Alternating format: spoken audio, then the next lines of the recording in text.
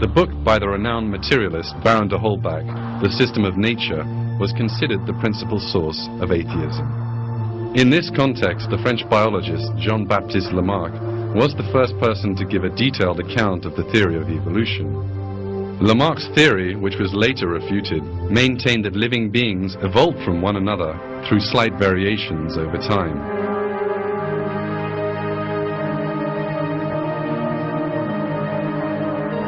It was Charles Darwin who repeated and popularized Lamarck's views, albeit in a slightly different form.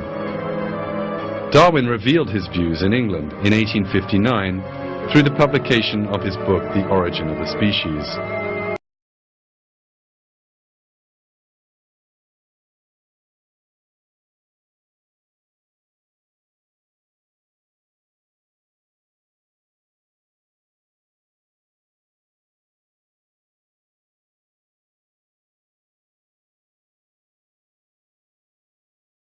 Charles Darwin was racist.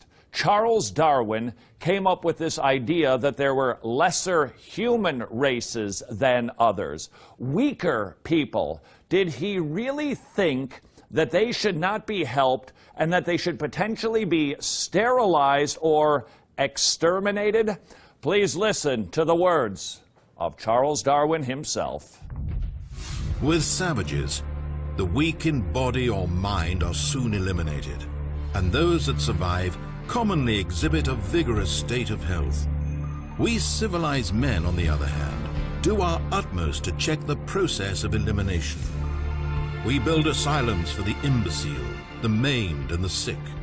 We institute poor laws, and our medical men exert their utmost skill to save the life of everyone to the last moment. There is reason to believe that vaccination has preserved thousands who, from a weak constitution, would formerly have succumbed to smallpox. Thus, the weak members of civilized societies propagate their kind. No one who has attended to the breeding of domestic animals will doubt that this must be highly injurious to the race of man. It is surprising how soon a want of care, or care wrongly directed, leads to the degeneration of a domestic race. But excepting in the case of man himself, hardly anyone is so ignorant as to allow his worst animals to breed. Charles Darwin, Descent of Man. That's the passage Darwinists would rather have you not read, that they pretend doesn't exist in trying to cover up Darwin's own views about how his theory applies to society. And I think most people today would recognize just how outrageous that is. Saying things like, we shouldn't inoculate people against smallpox, or that the fact of inoculating people against smallpox, helping the poor, saving the sick, helping the mentally disabled, is basically destroying the human race. Now, Darwinists will also say, once people have read that passage, they say, oh, well, Darwin goes on to say that sympathy won't allow us to do what reason tells us. Why not? In Darwin's own view, sympathy was programmed into us because it promoted survival. In his own view, once something no longer promotes survival, it's no longer moral. So what sort of objection is that? I think Darwin was better than his principles. Darwin himself was sort of squeamish about applying his principles to their logical conclusion, but he laid out the problem. And in fact, that passage you just read was the proof text, and it was cited again and again by eugenists in America and Europe. And in fact, people should know when they think that eugenics was something that Darwin had nothing to do with. Of course, the very term was coined by his cousin Francis Galton. His own sons were then leaders in the eugenics movement. And of course, he wrote this passage, which inspired the eugenics movement and tied in, really, again, a Darwinian justification. In Darwin's view, by helping the poor, saving the sick, inoculating people against smallpox, we are counteracting natural selection, and so we're going to destroy the human race. And so you either have two choices. I mean, you just have two choices.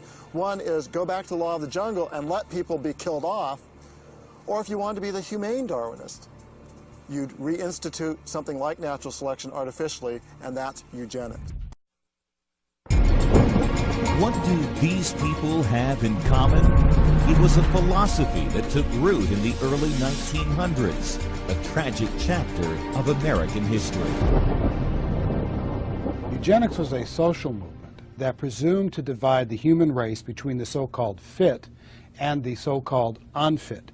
In other words, decide which humans were better than other humans It was the attempt to breed better human beings by applying the principles of Darwinian biology to human reproduction. We're going to eliminate the bad genes by limiting reproduction among those concentrations of the bad gene pool. In 1883, Sir Francis Galton coined the term eugenics, meaning good in birth. He believed that charitable outreaches only thwarted the proper evolution of the human race, a perspective he shared with his own cousin, Charles Darwin. He expressed huge fears that we were counteracting the law of natural selection, sort of sinning against natural selection by, as he put it, inoculating people against smallpox, by helping the poor, by helping the sick, by building hospitals, that by doing this we were helping to survive, or helping people to survive who in nature would have been killed off. Francis Galton was influenced by the theory of evolution. And he believed that because there is natural selection in nature that supposedly improves species, that we could take evolution into our own hands, if you will.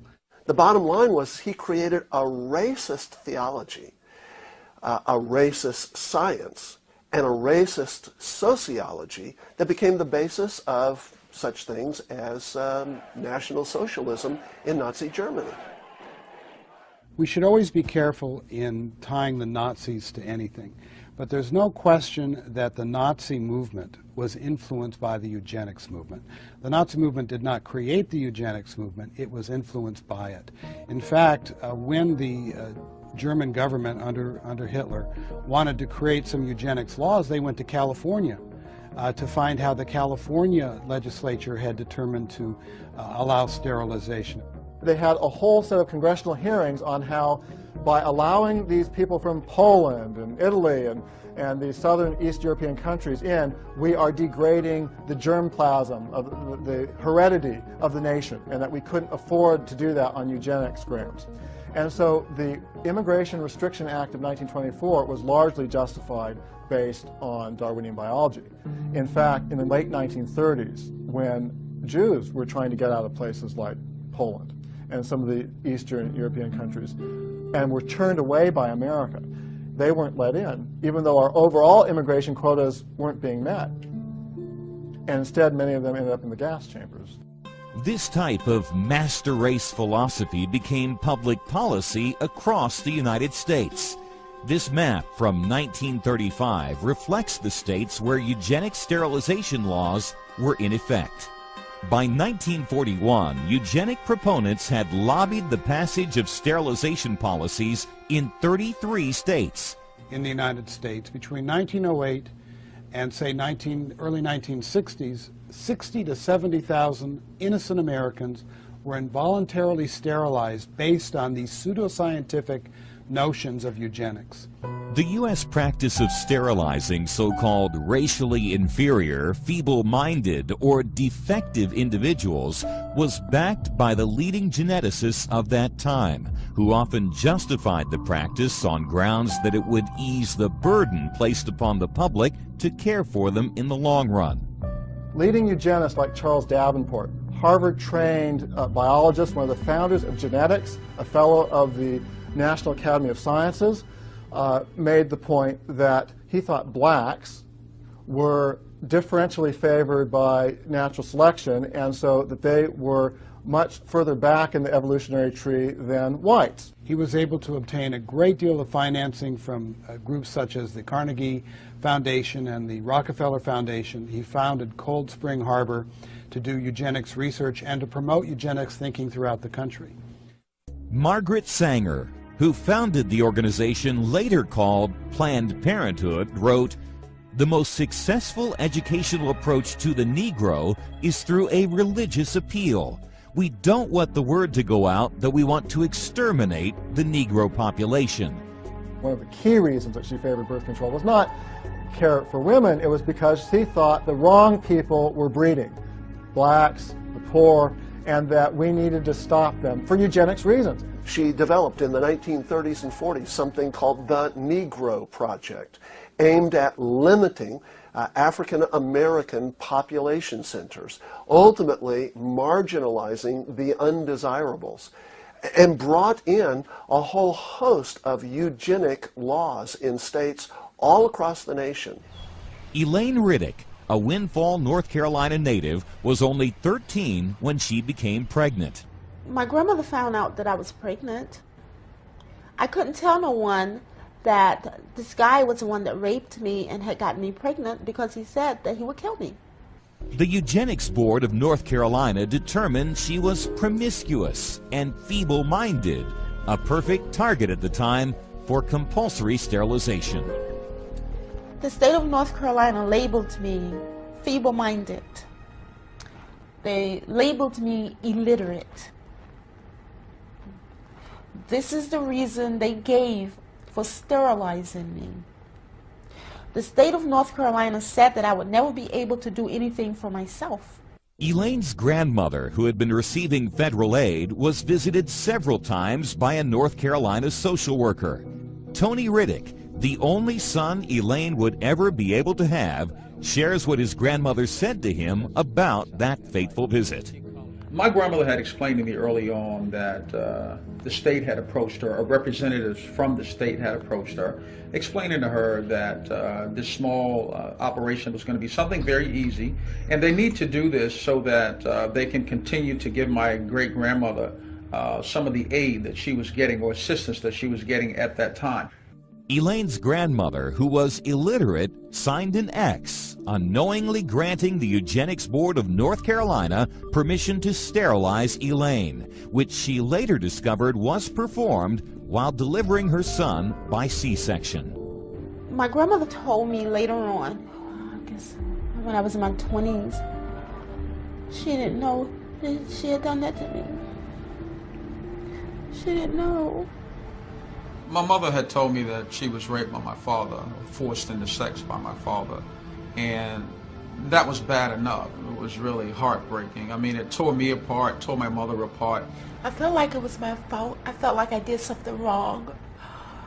Elaine's sterilization in 1964 has haunted her for decades. She went on to receive a college degree and now has a grandson. In North Carolina alone, as many as 8,000 women were sterilized as a result of eugenic sterilization laws, for which State Representative Larry Womble is attempting to pass a bill seeking compensation for the victims. This is America. This is supposed to be the land of the free. But it wasn't for me. We don't want history to repeat itself. So it's extremely important that all Americans, that we not turn a blind eye when we see these things happening. When we say that some human beings have higher value than other human beings, we implicitly at least say that that means the better human beings, the superior human beings, have the right to exploit the weaker human beings or the less valuable human beings. It is the cause of all of the horrors of human history, the wars, the genocides, and the sterilizations. And we better avoid that. We know better. We have history to teach us.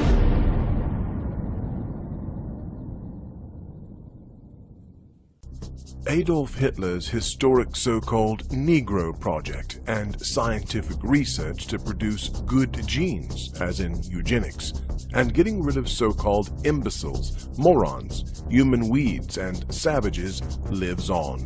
In keeping with his Darwinian goal of giving the favored races a leg up in their struggle for the preservation of life, his business is booming, buying and selling baby parts for profit and scientific research and who knows what else. Be it known that Joseph Mengele is in the market for eyeballs, vocal cords, brains, and livers. As an added bonus to this medical research, the Negro population will be reduced, and money will be made coming and going. The citizens are forced to finance the organization, providing the merchants of death the ability to sell their products. So it's a mix of forced government participation and private profits. Textbook fascism. Oops, did I say Adolf Hitler and Joseph Mengele? I meant Margaret Sanger and Planned Parenthood. The proceeding was written by satirist Rob Rosell.